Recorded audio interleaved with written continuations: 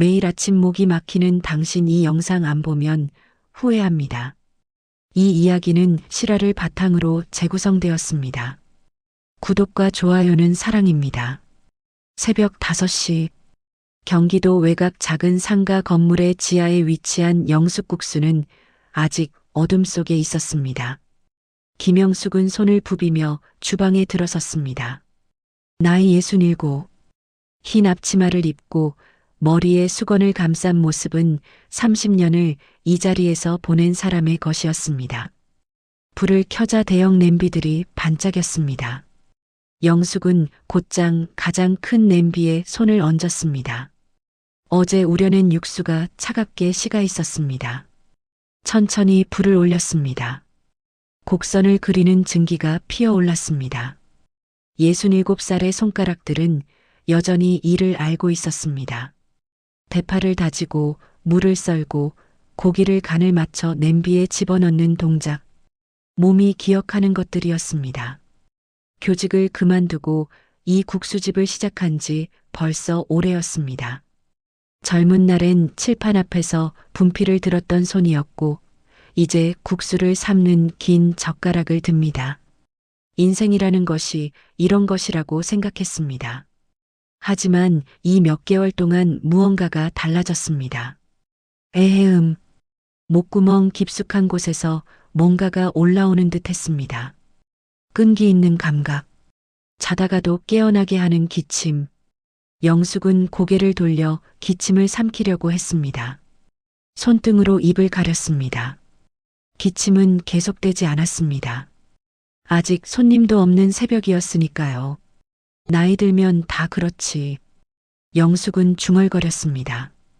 이것이 자신을 달래는 방식이었습니다. 겨울엔 목이 건조해지는 거지. 하지만 달래는 말도 허공으로 사라졌습니다. 남은 것은 불안감이었습니다. 끝내 풀리지 않는 목구멍에 걸려있는 무언가. 오전 11시 가게에는 손님들이 들어차기 시작했습니다. 단골이라 부르는 사람들, 혹은 그냥 이곳을 지나가는 사람들. 영숙은 국수를 건져내고 육수를 퍼담았습니다. 어서 오세요. 말을 뱉으려는 순간이었습니다. 다시 뭔가가 솟아올랐습니다. 목구멍을 타고 콜 마이너스로 기침을 내뱉고 말았습니다. 손수건으로 입을 막았지만 이미 늦었습니다. 테이블에 앉은 손님이 고개를 들었습니다. 감기세요? 그 손님이 물었습니다. 별 뜻 없는 인사였을 겁니다. 하지만 영숙에게는 다르게 들렸습니다. 그 말 한마디가 마음 한구석을 콕콕 쑤시고 갔습니다. 아니에요. 그냥 목이 좀. 영숙이 대답했습니다. 그것은 거짓이자 진실이었습니다. 무엇이 자신을 괴롭히는지 영숙은 알지 못했습니다. 다만 알고 있었던 것은 이것이 모두에게 폐를 끼치는 일이라는 것. 젊은 날 학교에서 배웠던 것처럼 모든 것을 참고 견디고 일을 우선으로 하던 습관. 그것이 여전히 몸과 마음에 남아 있었습니다. 정오의 햇빛이 가게 유리창을 통과했습니다. 창밖으로는 겨울거리가 보였습니다. 앙상한 나뭇가지, 가쁜 호흡으로 흰 입김을 내뿜는 사람들, 모두 자신의 일상 속에서 무언가와 싸우고 있는 것처럼 보였습니다. 영숙도 마찬가지였습니다. 그녀의 싸움은 거대한 질병이 아니었습니다. 눈에 띄는 증상도 아니었습니다. 다만 매일 아침 새벽 어둠 속에서 하나둘씩 쌓이는 작은 불안이었습니다. 말할 수 없는 혼자만의 비밀 같은 것. 에헤음. 또 기침이 올라왔습니다. 이번엔 화장실로 들어가 문을 닫고 피했습니다. 거울에 비친 자신의 얼굴을 봤습니다. 67살의 주름진 얼굴, 흰 수건으로 감싼 머리. 뭐가 이래? 영숙이 중얼거렸습니다. 대답은 없었습니다. 거울 속에서도 목구멍 어디서도 남은 것은 불안만이었습니다. 금요일 점심시간. 가게는 피크 시간이었습니다. 테이블 6개가 모두 찼고 서서 먹는 손님까지 있었습니다. 영숙은 국수를 건져내고 국물을 따르고 반찬을 담았습니다. 손은 쉼없이 움직였습니다. 그 순간이었습니다. 콜 마이너스로, 콜 마이너스로 기침이 터져 나왔습니다. 한 번이 아니라 연이어 터져 나왔습니다. 영숙은 손을 들어 입을 가리려 했지만 이미 늦었습니다. 테이블을 보고 있던 손님들의 시선이 쏠렸습니다. 어머, 감기세요? 그 말이 다시 떨어졌습니다. 이번엔 한 명이 아니라 여럿이었습니다. 마치 연쇄 반응이라도 하듯이 영숙은 얼굴이 화끈거렸습니다. 부끄러움과 불안이 섞인 감정이 치솟았습니다. 아니요. 그냥 목이 좀 불편해서요.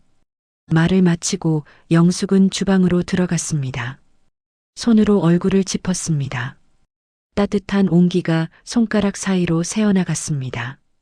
정말 감기일 리 없었습니다. 감기라면 열도 있어야 하고 콧물도 나와야 했습니다. 다만 이 끈질긴 기침만 있을 뿐이었습니다. 오후 3시쯤 가게가 한산해졌을 때였습니다. 영숙이 짬뽕 국물을 끓이고 있을 때 현관 쪽에서 발걸음 소리가 들렸습니다. 익숙한 목소리였습니다. 엄마, 나야. 서진이었습니다. 딸. 영숙의 딸은 대학병원 간호사였습니다. 나이 40. 평일 오후에 나타난 것은 드문 일이었습니다. 서진아. 왜 나왔어? 일은? 탄력 시간이라서 일찍 나왔어. 엄마, 얼굴이 왜 그래? 영숙은 웃으려 했습니다. 하지만 딸의 눈은 이미 자신의 목을 향하고 있었습니다. 엄마, 기침 많이 하네. 언제부터야? 그건. 영숙이 손을 들었습니다. 요즘 겨울이라 그런 거야. 난방이 센 데다 주방이 건조하잖아. 그럼 목이 지금 몇 주야? 정확히. 서진의 목소리가 바뀌었습니다. 의료인으로서의 톤이었습니다. 영숙은 세는 것을 멈췄습니다. 정말로 며칠이었을까요? 언제부터였을까요? 기억을 더듬다 보니 벌써 한 달은 훨씬 넘은 것 같았습니다. 2달? 아니야, 정확히는 모르겠네. 2달이고, 엄마. 서진이 목소리를 높였습니다. 병원 가봤어? 가야 할 필요가 있나? 그냥 기침이잖아. 이건 약국에 가면 감기약도 있고, 감기약으로 2달을 버텨? 이건 뭔가 있다는 거 아니야? 영숙은 입을 다물었습니다. 딸의 말이 맞았습니다. 하지만 인정하기 싫었습니다. 혹시 모를 상황을 상상하고 싶지 않았습니다. 괜찮아. 그냥 나이가 들면 다 이런 거지. 엄마, 그러시면 안 돼요. 진짜로. 서진이 앞에 선다. 영숙과 마주봅니다. 동네 내과라도 가봐요. 선생님. 진지하게. 영숙은 고개를 돌렸습니다. 창밖으로 거리가 보였습니다. 겨울 햇빛이 차갑게 내려쬐고 있었습니다. 일이 많은데 언제 가니? 언제든 시간을 낼 수 있어요. 제가 모실게요. 그럼 가게는? 하루를 쉬고 앉아 있을 수가 없지. 딸의 한숨이 들렸습니다. 엄마, 가게가 중요한 거예요? 건강이 중요한 거예요? 영숙은 대답하지 않았습니다. 이미 그 대답을 알고 있었기 때문이었습니다. 젊은 날부터 자신은 건강보다 일을 선택했습니다. 학교에서 기침을 멈추고 강의했고 아이들을 가르쳤습니다. 딸이 열이 난다고 해도 남편이 아프다고 해도 자신이 해야 할 일은 반드시 했습니다. 그것이 책임이라고 생각했으니까요. 그 습관은 아직도 남아 있었습니다. 나중에 좀 봐. 요즘 가게가 좀 바빴거든. 엄마. 서진이 더 이상 말하지 않았습니다. 다만 한 번 더 영숙을 바라봤습니다.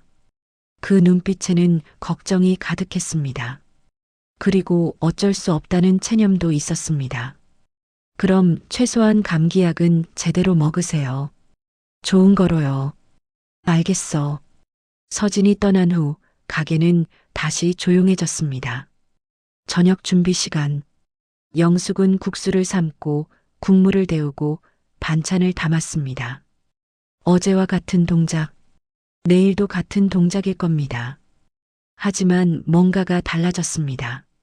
마음속 깊은 곳에 묻어두던 불안이 더 이상 잠자코 있지 않았습니다. 딸의 목소리로 인해 깨어났습니다. 에헤음, 또 올라온 기침. 이제 영숙은 이것을 단순한 겨울 불편함으로 치부할 수 없었습니다. 그 밤 영숙은 침대에 누워 천장을 봤습니다. 어둠 속에서 기침이 반복됐습니다. 한 번씩 일어날 때마다 딸의 말이 떠올랐습니다. 가게가 중요한 거예요? 건강이 중요한 거예요? 인생이라는 것이 정말이지 묘했습니다. 젊을 땐 건강이 당연하다고 생각했고, 나이 들었을 땐 건강을 잃어가고 있었습니다. 그런데도 자신은 여전히 그것을 외면하고 있었습니다. 내일은 다르게 해야 할까요? 그 생각이 머릿속을 맴돌았습니다. 하지만 어떻게 다르게 할지는 알 수 없었습니다. 오직 알 수 있는 것은 이 상황이 더 이상 평온하지 않다는 것뿐이었습니다. 일주일이 지났습니다. 영숙은 가게를 쉬지 않았습니다. 오늘도 새벽 5시에 주방에 섰습니다. 오늘도 기침이 목구멍을 타고 올라왔습니다. 밤이 더 심했습니다. 잠을 제대로 자지 못했습니다. 누우면 뭔가가 목구멍 아래에서 올라오는 듯한 느낌이 있었습니다. 자세를 바꿔도 마찬가지였습니다. 뒤척이다 새벽 3시가 되면 포기하고 일어나 가게를 열었습니다. 주방은 극도로 건조했습니다. 겨울 난방이 풀풀 나오는 곳에서 하루 종일 뜨거운 국물 냄비 앞에 서 있으니 공기는 물기를 모두 빨아갔습니다. 옷깃도 말라 있었고 손가락도 갈라져 있었습니다. 목도 마찬가지였습니다. 자신의 목이 점점 사막처럼 변해가는 것을 느꼈습니다. 점심시간이었습니다. 가게 한 귀퉁이에 앉은 할머니 손님이 국수를 슥슥 비워 내리고 있었습니다.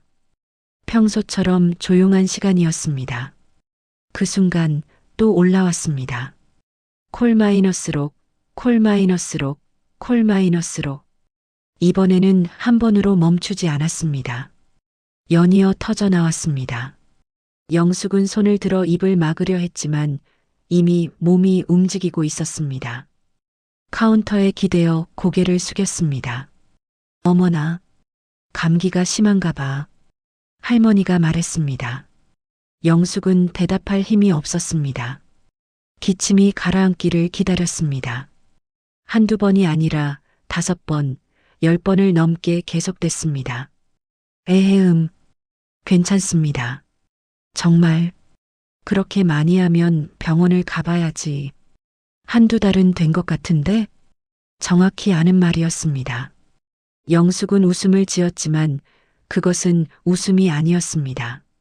얼굴 근육이 경직된 상태였습니다. 저녁, 가게 문을 닫고 나오는 길, 영숙은 거울을 보지 않았습니다. 자신의 얼굴을 마주하고 싶지 않았습니다. 피곤함, 초췌함, 뭔가 깊은 것이 빠져나가는 듯한 허전함. 왜 나에게만? 중얼거렸습니다. 목소리는 작았습니다. 스스로도 이 말이 부당하다는 것을 알고 있었습니다. 하지만 짜증은 사라지지 않았습니다.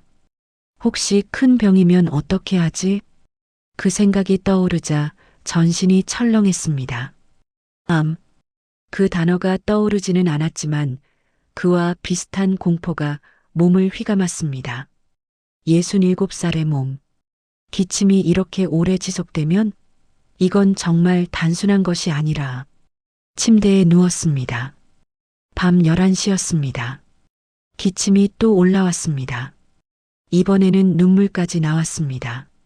손을 입에 댄 채 몸이 떨렸습니다. 아무도 보지 않았습니다. 가게 위의 작은 방에서 혼자였습니다.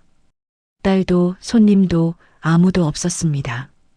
그저 자신과 자신의 몸뿐이었습니다. 그리고 그 몸이 자신을 배반하고 있다는 느낌, 통제 불가능한 기침, 막을 수 없는 두려움, 말할 수 없는 외로움. 뭐가 이런 일이야? 중얼거렸습니다. 하지만 대답은 없었습니다. 오직 목구멍 깊숙한 곳에서만 작은 음성이 계속됐습니다. 밤이 길었습니다. 뒤척였습니다. 자세를 바꿔보았습니다. 누우면 더 심한 것 같았습니다. 반쯤 일어난 자세로 앉아 있었습니다. 베개에 기대어 밤새 천장을 봤습니다. 새벽 3시 다시 일어났습니다. 가게로 내려갔습니다. 주방에 불을 켜자 여전히 건조한 공기가 타닥거렸습니다. 큰 냄비에 불을 올렸습니다. 그때였습니다. 창밖에서 먼 곳에서 희미한 빛이 들어왔습니다. 새벽빛이었습니다. 거기에는 무언가가 떠 있었습니다. 차가운 것, 흰 것, 수증기일까? 아니, 그건 눈이었습니다. 밤사이 눈이 내렸습니다. 영숙은 창문으로 다가갔습니다. 희미한 새벽 속에서 하얀 눈이 소리 없이 내리고 있었습니다. 마치 뭔가를 감싸듯이 그 순간 생각이 떠올랐습니다. 직설적이지 않지만 단단했습니다. 이 상황이 계속될 수 없다는 생각, 그리고 혼자가 아니라는 생각. 영숙은 휴대폰을 집었습니다. 손가락이 떨렸습니다. 서진이의 번호를 눌렀습니다. 아침 6시였습니다. 비정상적인 시간이었습니다. 하지만 이제 정상이 뭔지 중요하지 않았습니다. 전화가 울렸습니다. 엄마, 딸의 목소리가 즉시 나왔습니다. 잠에서 깬 목소리였습니다. 서진아, 네, 가볼게. 병원, 오늘. 침묵이 흘렀습니다. 순간의 침묵. 그 다음 딸의 목소리가 들렸습니다. 정말요? 응, 그렇게 해야 할 것 같아. 전화를 끊고 영숙은 다시 창밖을 봤습니다. 여전히 눈이 내리고 있었습니다. 세상은 하얀색으로 차분하게 덮여가고 있었습니다. 혼자 모실 텐데 엄마는 왜 자꾸 가게 생각을 하세요? 서진이가 운전석에서 말했습니다. 목요일 오후, 영숙은 조용히 창밖을 보고 있었습니다. 동네 거리가 천천히 지나갔습니다. 내가 문 닫으면 손님들은 내일도 있고 모레도 있어요. 엄마 건강이 없으면 가게도 없는 거잖아요. 딸의 말이 맞았습니다. 하지만 영숙은 여전히 불편했습니다. 50년을 일만 해온 사람이 하루를 쉬는 것이 이렇게 어려울 줄은 몰랐습니다. 동네 내과 박태준 의사의 진료실은 밝았습니다. 창문으로 햇빛이 들어왔습니다. 서진이가 옆에 앉았습니다. 최근에 감기약은 복용하셨어요? 약국에서 감기약을 2번 정도. 2달을 그걸로? 의사는 청진기를 들었습니다. 차가운 금속이 등에 닿았습니다. 숨을 크게 쉬라는 지시. 들숨, 날숨, 들숨. 기침할 때 가래는? 그건 잘 안 나와요. 목이 말라 있네요. 아, 여기. 의사의 손이 턱 아래 목 옆을 만졌습니다. 누르자 아팠습니다. 그 자리는 지금까지 느껴본 적 없는 곳이었습니다. 진단이 천천히 내려졌습니다. 후비루 증상의 침묵형 역류성 식도염. 환경적 자극도 복합적으로 작용하는 것 같습니다. 의사의 말을 영숙은 반만 이해했습니다. 서진이가 고개를 끄덕였습니다. 간호사인 딸은 이미 알고 있는 말인 듯 했습니다. 그럼 큰 병은 아니라는 거네요? 영숙이 물었습니다. 목소리가 떨렸습니다. 몇 주일 밤을 지새며 두려워했던 것들이 그 말 한마디에 무너져 내렸습니다. 네, 다행히 그렇습니다. 다만 관리가 필요해요. 의사는 처방전을 적었습니다. 늦은 시간 음식 섭취는 금지하세요. 자기 이 시간 전에는 아무것도 먹지 마세요. 생강차를 마셔보세요. 밤에 자실 때 베개를 높게 놓으세요. 수분을 충분히 섭취하세요. 그리고 가능하면 실내 습도를 유지하세요. 나열된 지시들. 영숙은 모두 메모했습니다. 손가락은 여전히 떨렸습니다. 그것은 두려움의 떨림이 아니라 다른 감정의 떨림이었습니다. 가게로 돌아오는 길, 영숙의 손에는 처방약과 함께 여러 가지 물건이 들려 있었습니다.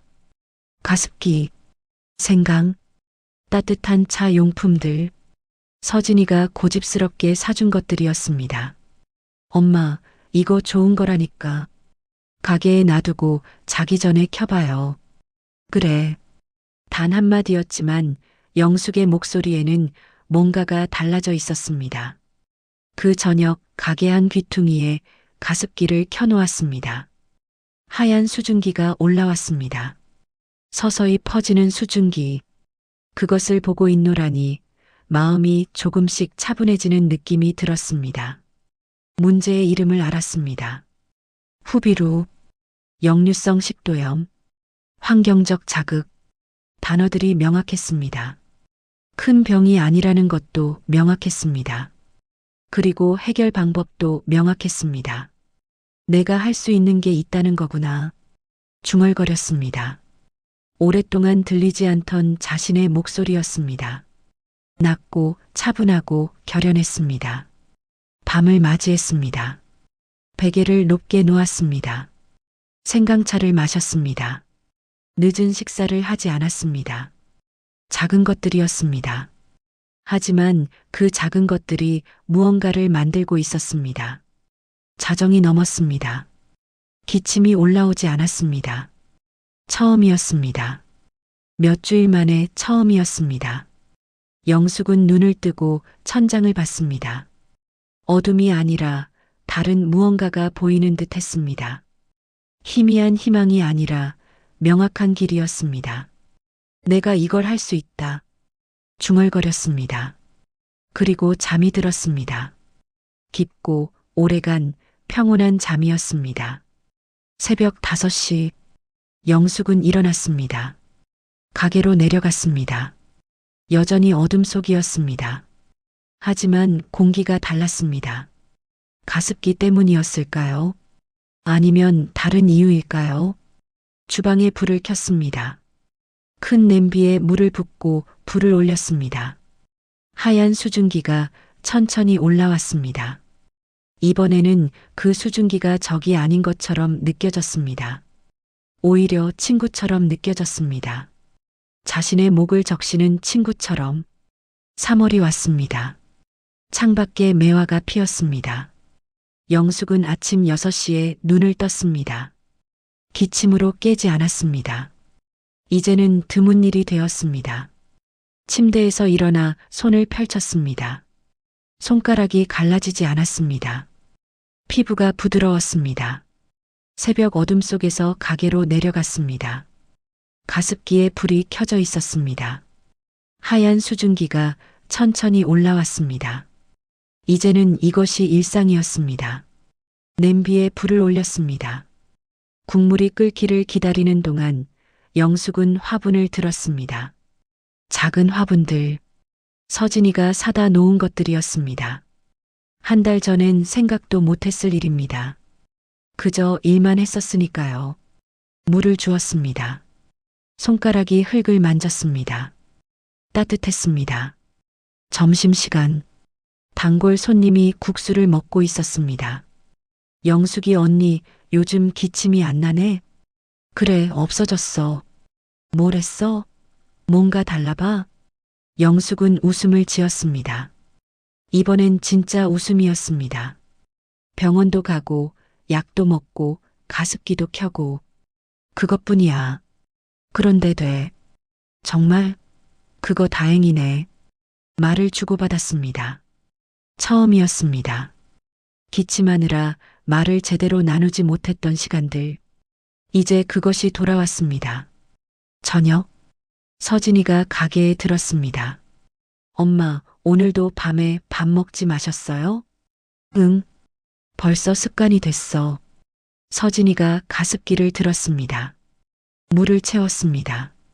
까만 손가락이 물통을 누르고 있었습니다. 좋아. 이렇게만 하면 돼.